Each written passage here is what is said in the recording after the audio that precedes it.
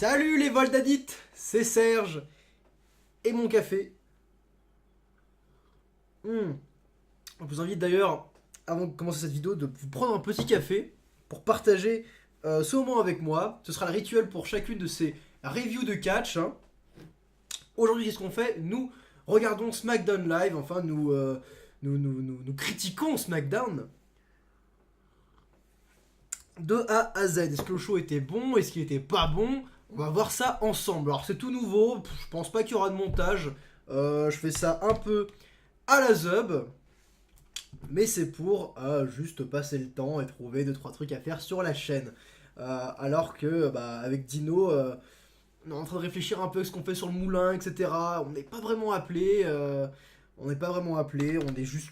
Voilà, on attend en fait. On sait pas trop ce qui se passe. Voldano ne donne pas beaucoup de nouvelles.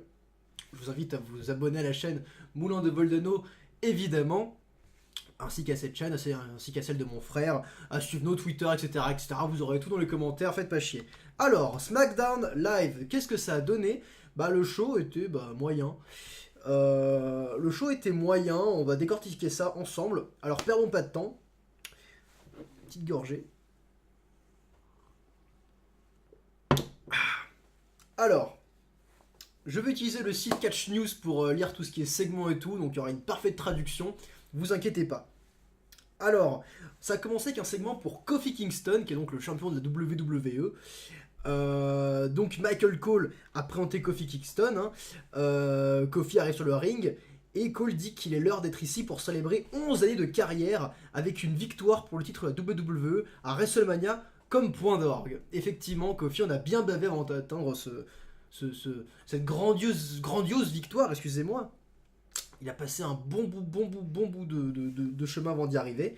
Mais le voilà champion, donc Kofi champion, je trouve ça génial évidemment. Donc Cole enchaîne et demande si Kofi avait pensé pour un jour obtenir un combat pour le titre WWE à WrestleMania.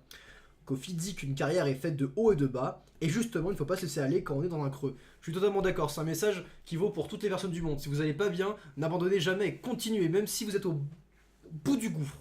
Continuez. Merci Kofi. Il faut toujours se battre et se donner à fond. Il est tellement fier de pouvoir aujourd'hui brandir cette ceinture, et ce avec ses frères du New Day, toujours à ses côtés. Sans eux, rien ne serait arrivé. Ils ont prouvé que l'impossible est possible. Cole dit que maintenant Kofi a une grande cible peinte dans le dos, et le premier à avoir tenté de le toucher, c'est Kevin Owens.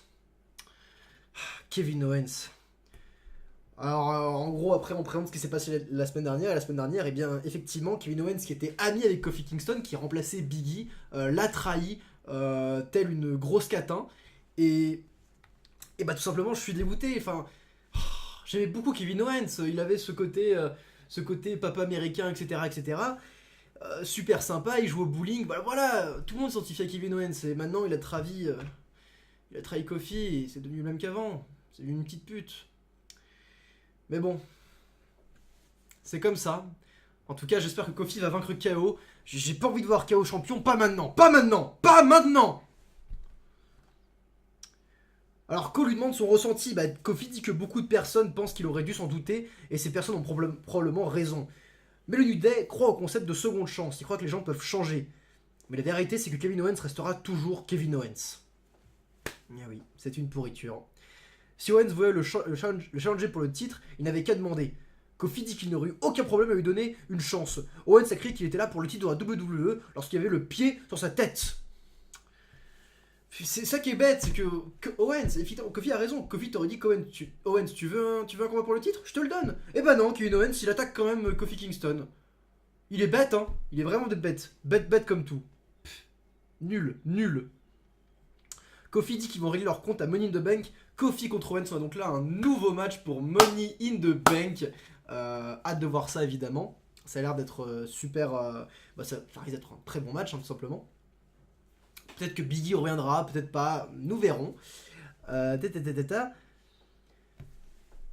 Voilà, et c'est là que Owens arrive sur la scène. Owens prend un micro et dit que le challenge est accepté. Owens dit que Kofi a offert des moments d'une rare intensité au WWE Universe lors de WrestleMania. Clairement, c'est impossible de faire mieux. Ouais, Daniel Bryan, c'était quand même un peu mieux. À WrestleMania 30. Malheureusement, des moments appartiennent maintenant au passé. Maintenant, le WWE Universe pense que Kofi n'a pas les épaules pour être champion. Qu'est-ce que tu racontes que... Non. Le WWE Universe parce que Kofi n'a pas les épaules pour être champion? Bien sûr que si. Tu tires d'où cette intervention, Kevin Owens? Tu la tires d'où? Moi, Kofi, je l'aime. Kofi, c'est un champion. Il a les épaules assez larges. Pas comme toi. Toi, t'es gros. Gros porc. Ridicule. Il dit des infos, il sait même pas d'où elles sortent. Mais c'est là que Xavier Woods arrive et frappe Kyo. Il en est oui, vas-y Xavier. Mais putain, Kevin Owens lui fait un coup de pied dans la tête, un super kick. Et bah Xavier Woods il est KO. Voilà. Alors évidemment Kofi Kingston il va pour le sauver, mais c'est trop tard. Kevin Owens il s'est barré et Woods il est par terre et il pleure. Nul Xavier. Nul. Xavier t'as été nul. T'attaques un mec dans le dos, t'es même pas foutu de gagner le combat. Putain. Pas vrai ça.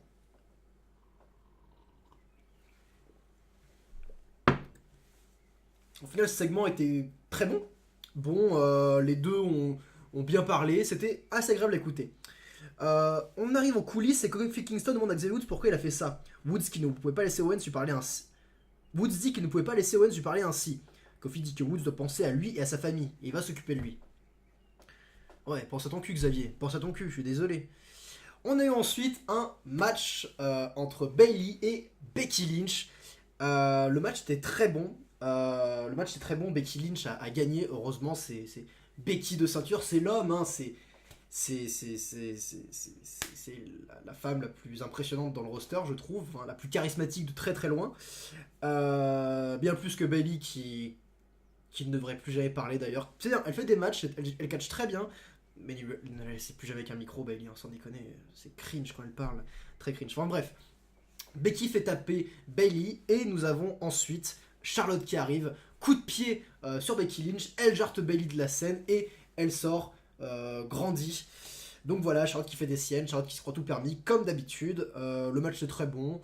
Hâte de voir Charlotte contre Becky. Et en espérant que Becky l'emporte.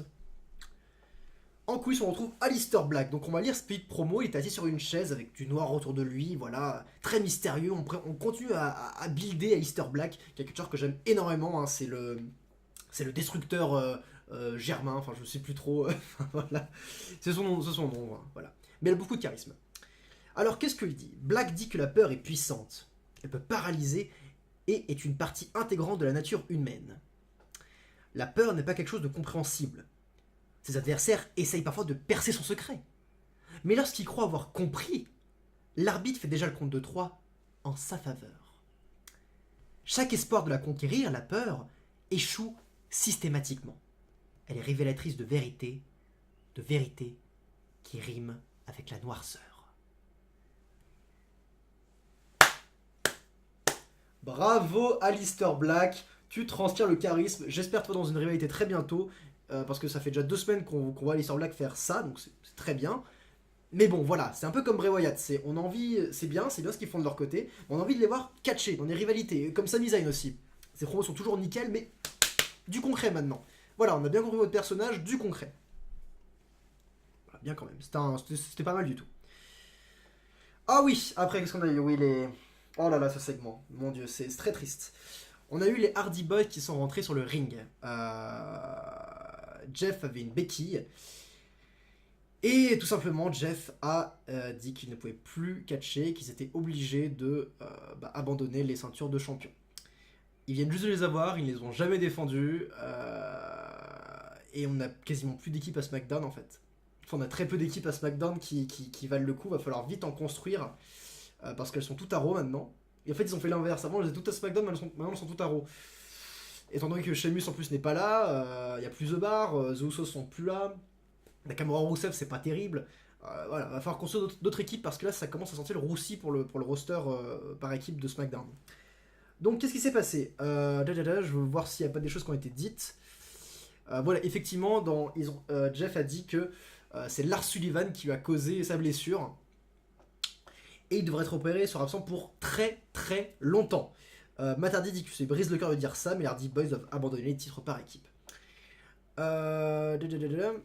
Jeff dit que lorsqu'il sera de retour, ils vont récupérer les titres et dominer. Et c'est là que Lars Sullivan arrive. Lars Sullivan a passé ces dernières semaines à péter la gueule aux anciens, tout simplement.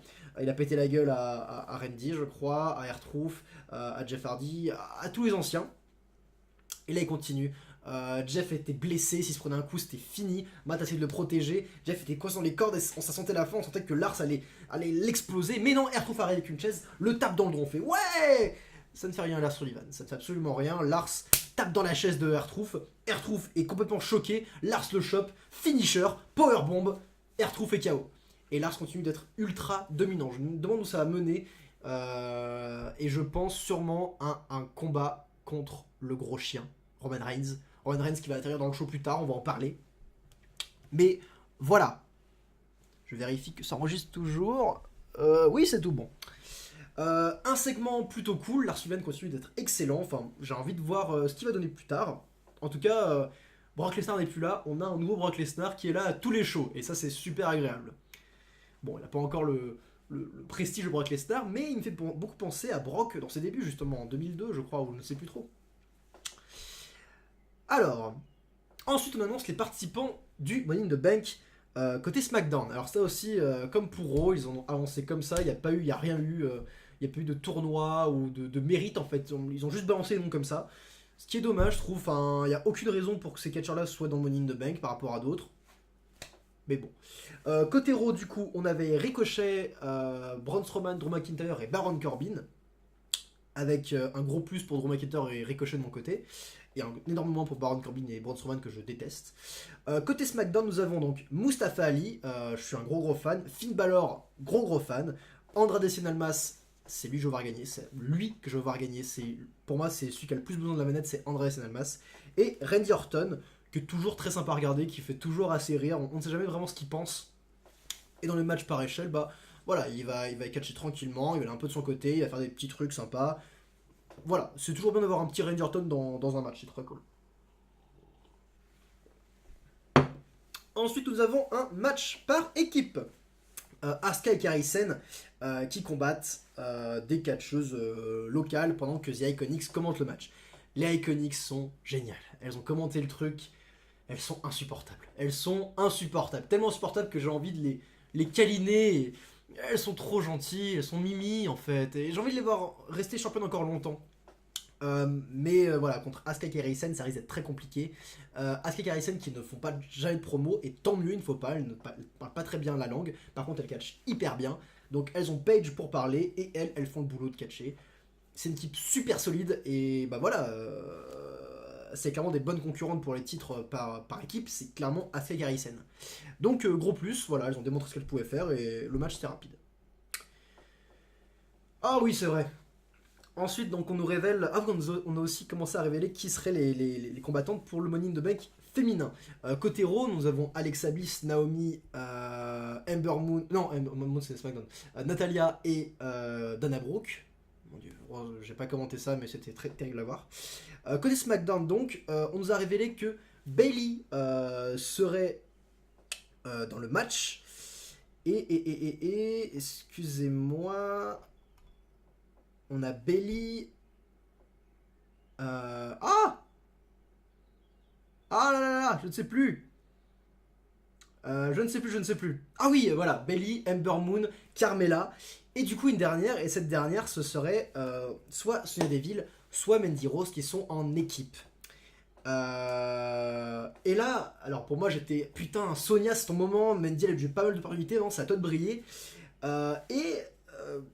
Et Mandy Rose, ça le dit. Sonya, c'est à toi de jouer, vas-y. Moi j'étais oui, vas-y Sonya. Et qu'est-ce qu'elle fait, Sonya? Sonya elle dit non, Mandy, c'est à toi d'y aller, c'est toi qui le mérites plus que moi. Et j'étais mais non, Sonia, je pense que t'as plus de capacité que Mandy Rose, j'en suis persuadé même. Mandy, elle est certes plus jolie, mais c'est tout. Sonia, je trouve qu'elle a un truc dans le terrain, bon, c'est pas parfait, mais il y a beaucoup de capacité, il y a beaucoup de potentiel. Elle a un style très bourrin, très impactant. Elle a fait un spear dans un Elimination Chamber que j'ai trouvé incroyable. Voilà, elle a un style assez percutant et je la vois bien, moi, monter. Elle manque d'expérience encore, mais il y a beaucoup de potentiel. Et j'espère que ce sera elle qui sera en Money in the Bank, que ce sera pas Mandy Rose. S'il vous plaît, j'ai envie de voir Sonia un petit peu. J'ai plus envie de voir Mandy, là. Mandy, j'ai vu, ça m'a suffi. Sonia, je me dis qu'il y a encore quelque chose. Donc j'espère qu'ils vont revenir là-dessus parce que mon dieu, la blondasse dans le match par équipe, dans le match par échelle, non merci, hein, s'il vous plaît, non merci. Oh, et c'est le moment. C'est le moment de la promo du gros chien. Le gros chien est là, Roman Reigns. Le gros chien. On va lire tout ça et je vais vous commenter au fur et à mesure. Roman Reigns arrive sur le ring. Reigns dit que dans la vie, il est impératif de toujours faire une bonne première impression. Alors pour sa première soirée à SmackDown Live, c'est ce qu'il a voulu faire. Il a donc sonné Vince McMahon, le patron, le big boss. Ok. C'est comme si toi t'arrivais dans ton nouveau taf, tu sais, ou comme moi, disons, on arrivait, Voldeno nous dit bah voilà, bienvenue à SmackDown et BAM on frappe. Bah non. Non, c'est pas faire bonne impression ça, Roman. Des fois, il a vraiment un caractère de bulldog, hein, ce gars. C'est pour ça qu'on l'appelle le gros chien. Alors, Roman dit que ce n'était pas son plan initial. Il ne visait pas Vince. Ça aurait pu être n'importe qui. Il voulait seulement s'imposer et montrer qu'il est toujours le gros chien. Et que SmackDown est son jardin. Ouais. Merci, Roman. Alors, Shane McMahon arrive sur la scène et demande à Greg Hamilton de le présenter. Shane dit que Reigns est peut-être le gros chien, mais il doit rappeler à Reigns que la famille McMahon possède la fédération où il travaille, et c'est vrai. Donc il faut qu'il se mène, sinon il peut se faire virer, tout simplement. Reigns dit que c'est plutôt son père qui la possède. Ouh, ça pique. Et son père, il l'a couché. Il l'a mordu, il l'a mis par terre. Le gros chien. Shane rappelle à Reigns que c'était lui qui était au sol la semaine dernière. Et c'est vrai, c'était le gros chien qui était au sol la semaine dernière. C'est de la merde. Reigns dit que Shane a pu le faire grâce au concours d'Elias. Bon, concours, plutôt grâce à l'intervention d'Elias. Mais est-ce qu'il peut venir ici le faire en solo? Haha, bonne question. Je ne pense pas. Shane dit qu'il aimerait bien venir sur le ring et le gifler, mais il n'a pas le temps. Il doit aller s'entraîner pour son combat de Money in the Bank contre The Miz, dans un match en cage que j'ai hâte de voir parce que la rivalité Miz-Shane est excellente. Roman Shane, j'ai encore mes réserves. Mais si Reigns veut se battre, il y a beaucoup de personnes en coulisses qui aimeraient ça aussi. Et là, il ramène. Qui il va ramener? On se dit quelqu'un de gros. Enfin, pour battre de Big Dog, faut. Le gros chien, faut quelqu'un, tu vois. Et il ramène la B-Team pour leur premier jour à SmackDown. Bienvenue la B-Team, allez nourrir le gros chien. Ah, les pauvres, c'est pas facile. À quoi pensait Shane? Il s'est dit sérieusement que la B-Team avait une chance, même s'ils sont deux, de battre Roman Reigns? Bon, c'est pas grave. Shane dit que la B-Team va aussi faire bonne impression pour sa première soirée à SmackDown. Reigns va donc les affronter dans un handicap match. Reigns demande si Shane ne veut pas en plus lui attacher les mains dans le dos. Roman, gros coquin. Shane dit que Reigns le surprend, il a raison. Un combat si important a besoin d'un extra. Il y aura un arbitre spécial pour le combat et ce sera Elias. Alors là, quand même, Shane t'abuse. Déjà, Roman, il est tout seul, il doit affronter deux personnes en même temps et en plus, il y a un arbitre spécial en soutien. Un arbitre qui peut faire donc ce qu'il veut. Donc ce n'est pas un match 1 contre 2, c'est honnêtement un match 1 contre 3. Et même si la B-Team sont des jobbers, Elias c'est quand même quelqu'un, voilà, d'imposant. Il a vaincu John Cena. Enfin, non, il n'a pas vaincu John Cena, mais voilà, il avait fait. À WrestleMania, il avait tapé John Cena. Enfin, voilà, Elias c'est quand même quelqu'un. Faut pas le prendre à la rigolade, faut pas le prendre à la légère, Elias. Voilà donc le match. Très bon. Solide, beaucoup d'actions à l'extérieur, à l'intérieur, les tags, Curtis Axel et Bodalas qui essaient de trouver une solution, Elias qui, dès que l'arbitre de tourner, vient frapper Roman Reigns. Mais Roman l'emporte. Évidemment, Roman l'emporte. Roman est bien trop fort. Roman peut se faire 3 personnes en même temps, il n'y a pas de problème. Je suis très heureux que Roman soit revenu. Il faut calmer le jeu. Il faut calmer le jeu, même si c'est son personnage avant. Le problème, c'est c'est un personnage qui a des limites. Et si on continue à faire de Roman quelqu'un de surpuissant, d'invincible, on va vite arriver à la limite. Et voilà, tout simplement, on sera dans une impasse. Il n'y aura plus d'adversaire équivalent à la hauteur. Maintenant que Brock Lesnar est parti en plus, bah là, on a Lars Sullivan. Mais je le sens gros qu'ils vont faire Roman contre Lars Sullivan et que Sullivan va perdre. Si c'est le cas, ça fait chier. C'est ce qu'ils ont fait avec McIntyre. C'est compliqué parce que Roman revenait d'un cancer, mais même s'il revenait d'un cancer, c'est terrible à dire, mais je pense que McIntyre aurait dû gagner contre Roman Reigns. Il aurait dû gagner. Et Roman, par contre, aurait quand même dû sortir grandi. Voilà, mais Drew aurait dû être plus fort. Tout simplement plus fort. Là, c'est pareil. J'espère qu'ils vont calmer le jeu avec Roman Reigns. 1 contre 3. Bon, il y avait la B-Team qui sont nuls à chier. Mais pour la suite, redescendez un petit peu. Redescendez. Faut pas que le mec soit invincible.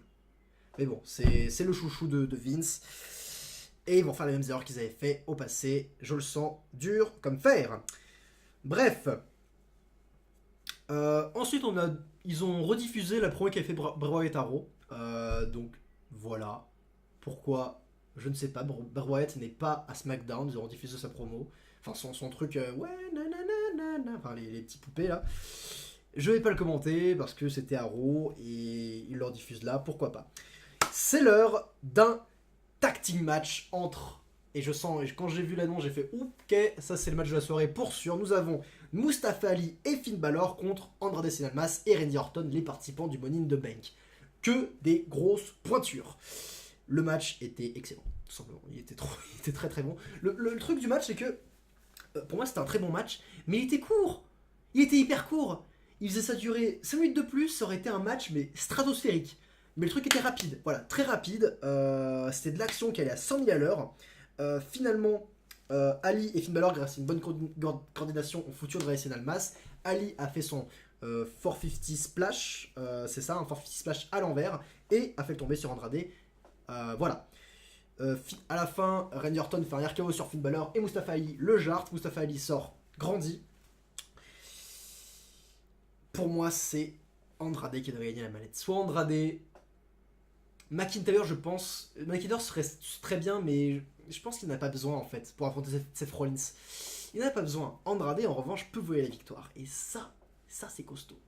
Voler la victoire à un champion, ça peut être très très très très très sympa. Ou Ali pour un truc un peu plus feel good. Parce que Mustafa Ali, je pense qu'il en a aussi besoin. Est-ce qu'il est prêt? Je ne pense pas. En backstage, qu'est-ce que nous avons? Nous avons Ember Moon et Carmella qui se chamaillent parce qu'elles vont dans le Money in the Bank. Pas grand chose à dire, je serai la championne, non, c'est moi qui serai la championne, voilà. Je veux qu'Ember Moon gagne, j'ai peut-être déjà dit, mais je veux qu'Ember Moon gagne, c'est celle qui doit gagner le Money in the Bank féminin, pour sûr. Je vois pas une autre fille, s'il y en a une autre, ça va me casser les couilles. Ou alors Sonya Deville, et c'est Sonya Deville. Voilà, mais je ne me sens pas. Et c'est l'heure du segment final, enfin, le Kevin Owens Show. Kevin Owens était censé inviter Xavier Woods, mais Xavier Woods, il l'a blessé plus tôt. Donc nous allons lire tout ça et commenter. Owens nous souhaite la bienvenue à son show. Owens dit que les affiches ou la table ne sont plus ici car il n'a pas besoin de ça. C'est le Kevin Owens Show, c'est son show. Il est le show. Oh, Kevin. Il a seulement besoin de lui et rien d'autre, aucune décoration. Ce soir, il essaie de dire quelque chose avant que Woods ne l'attaque. C'est vrai, il voulait dire quelque chose et là, Woods est intervenu comme une merde et s'est fait défoncer la gueule. Owens dit qu'il va venir en aide à Kofi. Kofi pourra enfin se libérer lorsqu'il paiera le titre WWE à Money in the Bank. Owens dit qu'il voulait avoir Xavier Woods comme invité afin d'avoir ses commentaires, c'est ce que j'ai dit. Si Woods est capable de parler, il aimerait bien discuter avec. Personne n'arrive, Woods est blessé évidemment. Owens dit qu'on ne fait qu'entendre Kofi depuis des mois. Il veut entendre ce que Woods a à dire, c'est le moment. Personne n'arrive. Owens dit qu'il s'attendait à ça. Alors il a un plan B. Et là c'était le moment what the fuck. Owens sort une figurine de Xavier Woods. Owens dit que c'est un autre pauvre morceau de ce marchandise qu'ils vendent. Owens dit que Woods semble triste, mais bonne nouvelle, c'était un battle pack avec Biggie. Et là, il sort Biggie en figurine. Donc là, il a deux figurines, et il leur parle. Et Owens dit qu'il sait à quoi il pense. Enfin, bon, je sais pas trop quoi dire. Kevin. Si tu fais un show et que tu n'as personne comme invité, annule ton show. Parce que là, c'était bizarre. Ça faisait même pas psychopathe, ça faisait genre juste mec chelou qui avait des figurines dans ses poches. Bah, ok Kevin, pas de problème Kevin, enfin bref. Heureusement que Kofi Kingston est arrivé. Il arrive sur la scène, il a retiré son t-shirt et il a couru et ils sont affrontés, ils se sont bagarrés directement. Pas de parole, on n'est pas là pour ça, on est là pour se battre. Kofi pousse Owens au sol et enchaîne les coups. Kofi l'amène en bas du ring et poursuit les coups pour ensuite le lancer contre la table des commentateurs. Enfin, il l'a explosé. Owens le repousse en mettant ses doigts dans les yeux de Kofi. Oh, salopard. Owens en profite pour prendre la fuite dans la foule. Le show se termine avec une célébration de Kofi. Voilà, donc show assez, enfin main event assez bizarre. Heureusement que l'attaque a eu lieu. Je ne sais pas qui va sortir gagnant de cette rivalité. Owens est le top heel de SmackDown, il n'a pas d'autre. Lars Sullivan n'est pas encore un top heel, il commence à monter. J'espère que ce sera une histoire en plusieurs parties et que Big E va intervenir et aller dans le camp de Kevin Owens. J'aimerais bien parce que les Sonics sont pareil, je trouve qu'ils sont dans une impasse en fait. Ils n'ont pas beaucoup de heal à SmackDown. Voilà, je veux voir la rivalité Randy Orton contre Kofi Kingston aussi, par rapport au passé, par rapport au fait que c'est Randy Orton qui a enterré Kofi Kingston. Je veux voir cette rivalité aussi. Donc, pourquoi pas faire gagner Kofi, pour ensuite faire la rivalité Kofi-Randy, et pour ensuite, pourquoi pas, un retour de Daniel Bryan, ou un Lars Sullivan qui soit au top du game, je ne sais pas trop, ou Andrade Cien Almas, voilà, Andrade qui vole la victoire, pourquoi pas, et qui devient le nouveau champion. Voilà, il y a moyen de faire perdurer cette histoire de Kofi Kingston. Je vois Kofi Kingston gagner cette rivalité, en tout cas Money in the Bank. Nous verrons bien, de toute façon, la WWE nous réserve bien des surprises. Voilà, c'est un nouveau concept, je vois le temps, j'ai parlé pendant 27 minutes, je ne sais pas s'il y aura du montage. Je pense continuer à faire ça, c'est rigolo, autant faire ça comme un petit rendez-vous quotidien. Je vais terminer mon café, qui est froid et dégueulasse. En tout cas, bon show de SmackDown, solide, rien à dire. Bien meilleur que Raw qui était vraiment bizarre. Mais j'espère parler de Raw un de ces quatre. Donc la semaine prochaine, nous parlerons de Raw et de SmackDown. Peut-être que je parlerai de NXT aussi. Je verrai en tout cas. Écoutez le Vodaïd, je vous dis à très bientôt. C'était Serge Voldan pour ce concept qu'on va appeler Catch-moi ça, Serge Voldan. Voilà, c'est le nom du concept, je le sors comme ça. On va dire que ce sera ça. Catch-moi ça, Serge Voldan, épisode 1, SmackDown Live. C'est fait et je dab. Je vous dis à la prochaine. Et à bientôt les Voldanites. Salut!